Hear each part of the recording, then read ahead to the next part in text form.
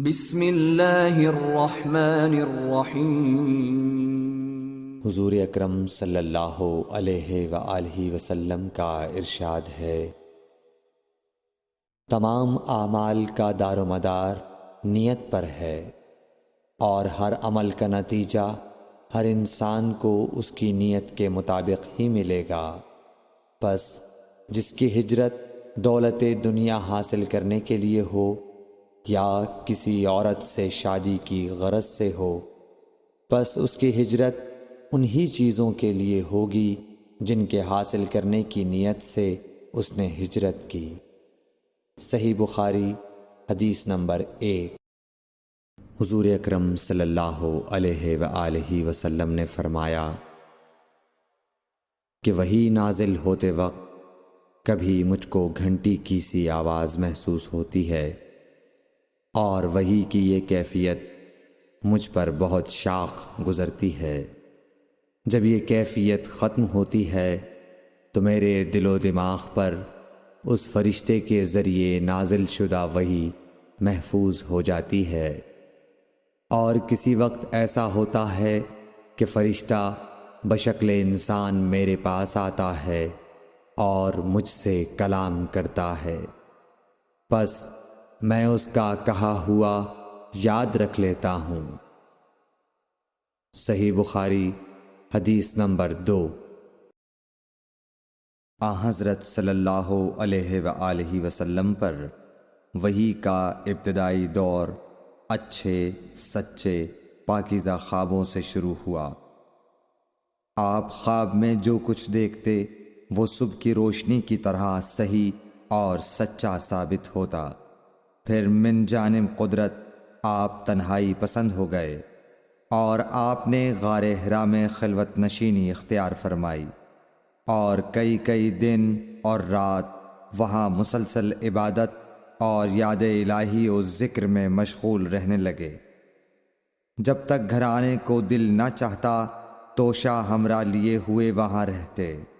توشہ ختم ہونے پر ہی اہلیہ محترمہ حضرت خدیجہ رضی اللہ تعالی عنہا کے پاس تشریف لاتے، اور کچھ توشہ ہمراہ لے کر پھر وہاں جا کر خلوت گزین ہو جاتے۔ یہی طریقہ جاری رہا یہاں تک کہ آپ پر حق منکشف ہو گیا، اور آپ غار حرا ہی میں قیام پذیر تھے کہ اچانک حضرت جبرائیل علیہ السلام آپ کے پاس حاضر ہوئے اور کہنے لگے کہ اے محمد پڑھو۔ آپ فرماتے ہیں کہ میں نے کہا کہ میں پڑھنا نہیں جانتا۔ آپ صلی اللہ علیہ وسلم فرماتے ہیں کہ فرشتے نے مجھے پکڑ کر اتنے زور سے بھینچا کہ میری طاقت جواب دے گئی۔ پھر مجھے چھوڑ کر کہا پڑھو۔ میں نے پھر وہی جواب دیا کہ میں پڑھا ہوا نہیں ہوں۔ اس فرشتے نے مجھ کو نہایت ہی زور سے بھینچا کہ مجھ کو سخت تکلیف محسوس ہوئی۔ پھر اس نے کہا کہ پڑھ۔ میں نے کہا میں پڑھا ہوا نہیں ہوں۔ فرشتے نے تیسری بار مجھ کو پکڑا اور تیسری مرتبہ پھر مجھ کو بھینچا، پھر مجھے چھوڑ دیا اور کہنے لگا کہ پڑھو اپنے رب کے نام کی مدد سے جس نے پیدا کیا اور انسان کو خون کی پھٹکی سے بنایا۔ پڑھو اور آپ کا رب بہت ہی مہربانیاں کرنے والا ہے۔ بس یہی آیتیں آپ حضرت جبرائیل علیہ السلام سے سن کر اس حال میں غار حرا سے واپس ہوئے کہ آپ کا دل اس انوکھے واقعے سے کانپ رہا تھا۔ آپ حضرت خدیجہ کے ہاں تشریف لائے اور فرمایا کہ مجھے کمبل اوڑھا دو، مجھے کمبل اوڑھا دو۔ لوگوں نے آپ کو کمبل اوڑھا دیا۔ جب آپ کا ڈر جاتا رہا تو آپ نے اپنی زوجہ محترمہ حضرت خدیجہ رضی اللہ تعالی عنہا کو تفصیل کے ساتھ یہ واقعہ سنایا، اور فرمانے لگے کہ مجھ کو اب اپنی جان کا خوف ہو گیا ہے۔ آپ کی اہلیہ محترمہ حضرت خدیجہ رضی اللہ تعالی عنہا نے آپ کی ڈھارس بندھائی اور کہا کہ آپ کا خیال صحیح نہیں ہے۔ اللہ کی قسم آپ کو اللہ کبھی رسوا نہیں کرے گا۔ آپ تو اخلاق فاضلہ کے مالک ہیں، آپ تو کنبہ پرور ہیں، بے کسوں کا بوجھ اپنے سر پر رکھتے ہیں، مفلسوں کے لیے آپ کماتے ہیں، مہمان نوازی میں آپ بے مثال ہیں، اور مشکل وقت میں آپ امر حق کا ساتھ دیتے ہیں۔ ایسے اوصاف حسنہ والا انسان یوں بے وقت ذلت و خواری کی موت نہیں پا سکتا۔ پھر مزید تسلی کے لیے حضرت خدیجہ رضی اللہ تعالی عنہا آپ کو ورقہ بن نوفل کے پاس لے گئیں، جو ان کے چچا زاد بھائی تھے اور زمانہ جاہلیت میں نصرانی مذہب اختیار کر چکے تھے اور عبرانی زبان کے کاتب تھے۔ چنانچہ انجیل کو بھی حسب منشائے خداوندی عبرانی زبان میں لکھا کرتے تھے۔ انجیل سریانی زبان میں نازل ہوئی تھی، پھر اس کا ترجمہ عبرانی زبان میں ہوا۔ ورقہ اسی کو لکھتے تھے۔ وہ بہت بوڑھے ہو گئے تھے، یہاں تک کہ ان کی بینائی بھی رخصت ہو چکی تھی۔ حضرت خدیجہ رضی اللہ تعالی عنہا نے ان کے سامنے آپ کے حالات بیان کیے اور کہا کہ اے چچا زاد بھائی، اپنے بھتیجے محمد صلی اللہ علیہ وسلم کی زبانی ذرا ان کی کیفیت سن لیجئے۔ وہ بولے کہ بھتیجے، آپ نے جو کچھ دیکھا ہے اس کی تفصیل سناؤ۔ چنانچہ آپ صلی اللہ علیہ وآلہ وسلم نے از اول تا آخر پورا واقعہ سنایا، جسے سن کر ورقہ بے اختیار ہو کر بول اٹھے کہ یہ تو وہی ناموس معزز رازدان فرشتہ ہے جسے اللہ نے حضرت موسیٰ علیہ السلام پر وحی دے کر بھیجا تھا۔ کاش میں آپ کے اس عہد نبوت کے شروع ہونے پر جواں عمر ہوتا، کاش میں اس وقت تک زندہ رہتا جب کہ آپ کی قوم آپ کو اس شہر سے نکال دے گی۔ رسول کریم صلی اللہ علیہ وآلہ وسلم نے یہ سن کر تعجب سے پوچھا کہ کیا وہ لوگ مجھ کو نکال دیں گے، حالانکہ میں تو ان میں صادق و امین و مقبول ہوں۔ ورقہ بولا، ہاں یہ سب کچھ سچ ہے، مگر جو شخص بھی آپ کی طرح امر حق لے کر آیا لوگ اس کے دشمن ہی ہو گئے ہیں۔ اگر مجھے آپ کی نبوت کا وہ زمانہ مل جائے تو میں آپ کی پوری مدد کروں گا۔ مگر ورقہ کچھ دنوں کے بعد انتقال کر گئے، پھر کچھ عرصے تک وحی کی آمد موقوف رہی۔ صحیح بخاری حدیث نمبر 3۔ حضور اکرم صلی اللہ علیہ وآلہ وسلم نے وحی کے رک جانے کے زمانے کے حالات بیان فرماتے ہوئے کہا کہ ایک روز میں چلا جا رہا تھا کہ اچانک میں نے آسمان کی طرف ایک آواز سنی اور میں نے اپنا سر آسمان کی طرف اٹھایا۔ کیا دیکھتا ہوں کہ وہی فرشتہ جو میرے پاس غار حرا میں آیا تھا وہ آسمان و زمین کے بیچ میں ایک کرسی پر بیٹھا ہوا ہے۔ میں اس سے ڈر گیا اور گھر آنے پر میں نے پھر کمبل اوڑھنے کی خواہش ظاہر کی۔ اس وقت اللہ پاک کی طرف سے یہ آیات نازل ہوئیں، اے لحاف اوڑھ کر لیٹنے والے، اٹھ کھڑا ہو اور لوگوں کو عذاب الہی سے ڈرا، اور اپنے رب کی بڑائی بیان کر، اور اپنے کپڑوں کو پاک صاف رکھ اور گندگی سے دور رہ۔ اس کے بعد وہی تیزی کے ساتھ پے در پے آنے لگی۔ صحیح بخاری حدیث نمبر 4۔ رسول اللہ صلی اللہ علیہ وآلہ وسلم نزول قرآن کے وقت بہت سختی محسوس فرمایا کرتے تھے، اور اس کی علامتوں میں سے ایک یہ تھی کہ یاد کرنے کے لیے آپ اپنے ہونٹوں کو ہلاتے تھے۔ ابن عباس رضی اللہ تعالیٰ عنہ نے کہا، میں اپنے ہونٹوں کو ہلاتا ہوں جس طرح آپ ہلاتے تھے۔ سعید کہتے ہیں، میں بھی اپنے ہونٹ ہلاتا ہوں جس طرح ابن عباس رضی اللہ تعالیٰ عنہ کو میں نے ہلاتے دیکھا۔ پھر انہوں نے اپنے ہونٹ ہلائے۔ ابن عباس رضی اللہ تعالیٰ عنہ نے کہا، پھر یہ آیت اتری کہ اے محمد، قرآن کو جلد جلد یاد کرنے کے لیے اپنی زبان نہ ہلاؤ۔ اس کا جمع کر دینا اور پڑھا دینا ہمارا ذمہ ہے۔ حضرت ابن عباس رضی اللہ تعالی عنہ کہتے ہیں، یعنی قرآن آپ صلی اللہ علیہ وآلہ وسلم کے دل میں جمع دینا اور پڑھا دینا ہمارے ذمہ ہے۔ پھر جب ہم پڑھ چکے تو اس پڑھے ہوئے کی اتباع کرو۔ ابن عباس رضی اللہ تعالی عنہ فرماتے ہیں، اس کا مطلب یہ ہے آپ اس کو خاموشی کے ساتھ سنتے رہو، اس کے بعد مطلب سمجھا دینا ہمارے ذمہ ہے۔ پھر یقیناً یہ ہماری ذمہ داری ہے کہ آپ اس کو پڑھو، یعنی اس کو محفوظ کر سکو۔ چنانچہ اس کے بعد جب آپ کے پاس حضرت جبرائیل علیہ السلام وحی لے کر آتے تو آپ توجہ سے سنتے۔ جب وہ چلے جاتے تو رسول اللہ صلی اللہ علیہ وسلم اس وحی کو اس طرح پڑھتے جس طرح حضرت جبرائیل علیہ السلام نے اسے پڑھا تھا۔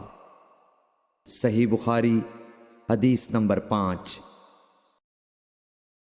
رسول اللہ صلی اللہ علیہ وآلہ وسلم سب لوگوں سے زیادہ جواد سخی تھے، اور رمضان میں دوسرے اوقات کے مقابلے میں جب جبرائیل علیہ السلام آپ صلی اللہ علیہ وآلہ وسلم سے ملتے بہت ہی زیادہ جود و کرم فرماتے۔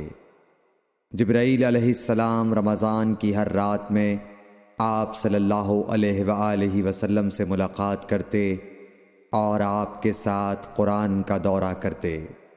غرض حضرت صلی اللہ علیہ وآلہ وسلم لوگوں کو بھلائی پہنچانے میں بارش لانے والی ہوا سے بھی زیادہ جود و کرم فرمایا کرتے تھے۔ صحیح بخاری حدیث نمبر 6۔ ہرقل شاہ روم نے قریش کے قافلے میں ایک آدمی بلانے کو بھیجا، اور اس وقت یہ لوگ تجارت کے لیے ملک شام گئے ہوئے تھے، اور یہ وہ زمانہ تھا جب رسول اللہ صلی اللہ علیہ وسلم نے قریش اور ابو سفیان سے ایک وقتی عہد کیا ہوا تھا۔ جب ابو سفیان اور دوسرے لوگ ہرقل کے پاس ایلیا پہنچے جہاں ہرقل نے دربار طلب کیا تھا، اس کے گرد روم کے بڑے بڑے لوگ، علماء، وزراء و امراء بیٹھے ہوئے تھے۔ ہرقل نے ان کو اور اپنے ترجمان کو بلوایا، پھر ان سے پوچھا کہ تم میں سے کون شخص مدعی رسالت کا زیادہ قریبی عزیز ہے؟ ابو سفیان کہتے ہیں کہ میں بول اٹھا کہ میں اس کا سب سے زیادہ قریبی رشتہ دار ہوں۔ یہ سن کر ہرقل نے حکم دیا کہ اس ابو سفیان کو میرے قریب لا کر بٹھاؤ اور اس کے ساتھیوں کو اس کی پیٹھ کے پیچھے بٹھا دو۔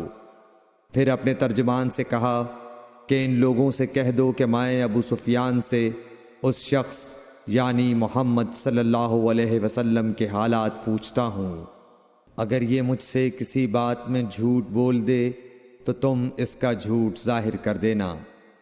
ابو سفیان کا قول ہے کہ خدا کی قسم اگر مجھے یہ غیرت نہ آتی کہ یہ لوگ مجھ کو جھٹلائیں گے تو میں آپ صلی اللہ علیہ وسلم کی نسبت ضرور غلط گوئی سے کام لیتا۔ خیر، پہلی بات جو ہرقل نے مجھ سے پوچھی وہ یہ کہ اس شخص کا خاندان تم لوگوں میں کیسا ہے؟ میں نے کہا وہ تو بڑے اونچے عالی نسب والے ہیں۔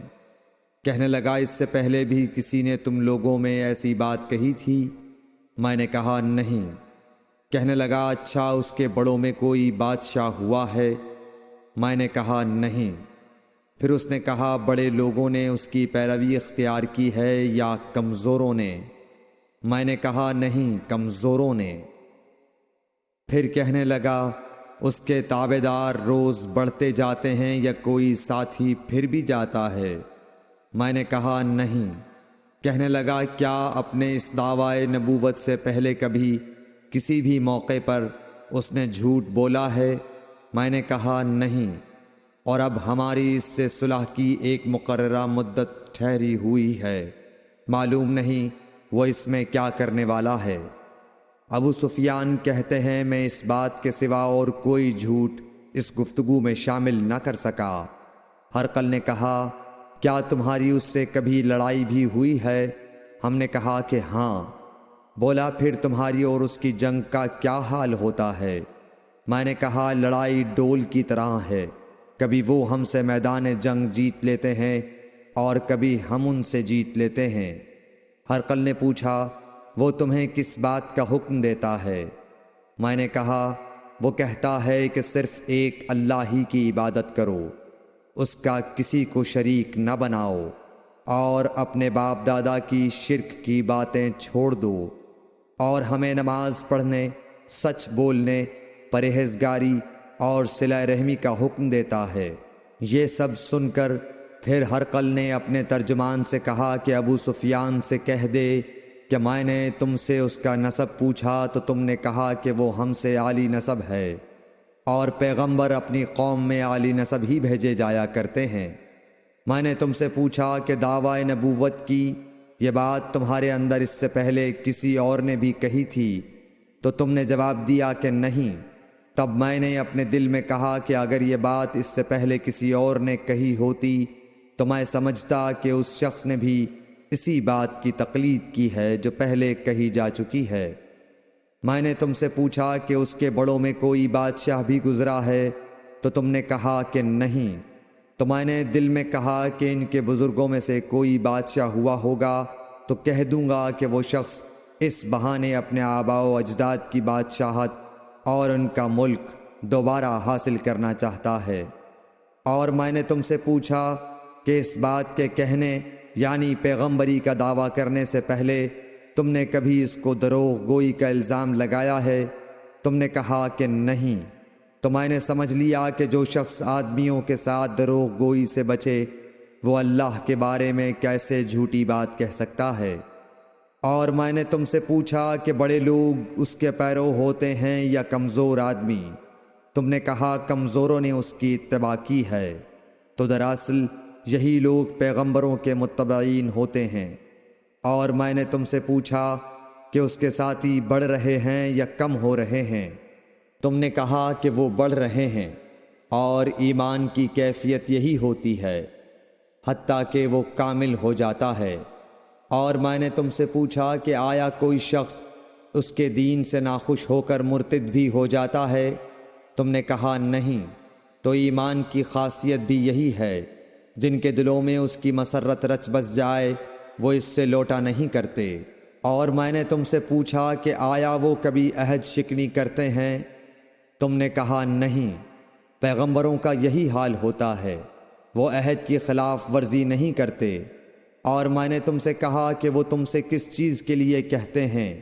تم نے کہا کہ وہ ہمیں حکم دیتے ہیں کہ اللہ کی عبادت کرو، اس کے ساتھ کسی کو شریک نہ ٹھہراؤ، اور تمہیں بتوں کی پرستش سے روکتے ہیں، سچ بولنے اور پرہیزگاری کا حکم دیتے ہیں۔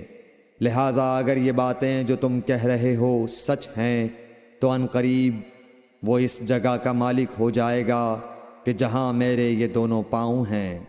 مجھے معلوم تھا کہ وہ پیغمبر آنے والا ہے، مگر مجھے یہ معلوم نہیں تھا کہ وہ تمہارے اندر ہوگا۔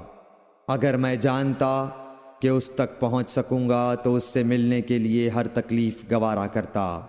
اگر میں اس کے پاس ہوتا تو اس کے پاؤں دھوتا۔ ہرقل نے رسول اللہ صلی اللہ علیہ وسلم کا وہ خط منگایا جو آپ نے وحیہ کلبی رضی اللہ تعالیٰ عنہ کے ذریعے حاکم بصرہ کے پاس بھیجا تھا، اور اس نے وہ ہرقل کے پاس بھیج دیا تھا۔ پھر اس کو پڑھا تو اس میں لکھا تھا، اللہ کے نام کے ساتھ جو نہایت مہربان اور رحم والا ہے۔ اللہ کے بندے اور اس کے پیغمبر محمد صلی اللہ علیہ وسلم کی طرف سے یہ خط ہے شاہ روم کے لیے۔ اس شخص پر سلام ہو جو ہدایت کی پیروی کرے۔ اس کے بعد میں آپ کے سامنے دعوت اسلام پیش کرتا ہوں۔